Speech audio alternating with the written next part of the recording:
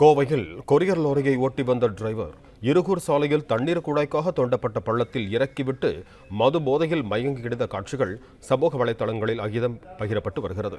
இது தொடர்பான கூடுதல் விவரங்களோடு இணைகிறார் எமது செய்தியாளர் நேசராஜ். வணக்கம் நேசராஜ், உங்களிடம் இருக்கும் தகவல்களை சொல்லுங்க. வணக்கம். கோவை மாநகரில் மக்களின் தேவையான பொருட்களை உடனடியாக பெறுவதற்கு கொரியர் சர்வீஸ் பயன்பட்டு வருகிறது.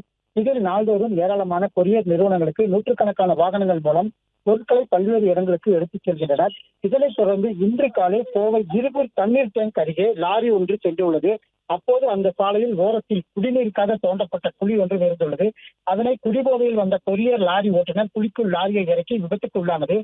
போதையில் இருந்த ஓட்டுநர் செய்வது அறியாது நிதானம் இழந்து அதே லாரியில் படுத்து அமர்ந்து கொண்டுள்ளார். அந்த சாலையில் சென்ற வாகன ஓட்டிகள் அவரை எழுப்பிய போது லாரி சீட்டில் இருந்து கீழே விழுந்தார். விழுந்த நிலையில் எழுந்திருக்க முடியாமல் மது போதையில் அப்படியே படுத்து கிடக்கின்றார். அதே போல புறநகரில் லாரி வாகன ஓட்டுநர்கள் ஒரு சிலர் மது போதையில் வாகனம் ஓட்டுவதாகவும் சமூக ஆர்வலர்கள் குற்றம் சாட்டினர். இதனால் அந்த பகுதியில் சிறிது நேரம் பரபரப்பு ஏற்பட்டது.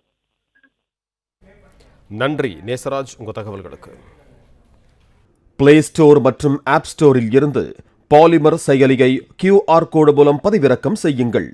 செய்திகளை உடனுக்குடன் பெறுங்கள்.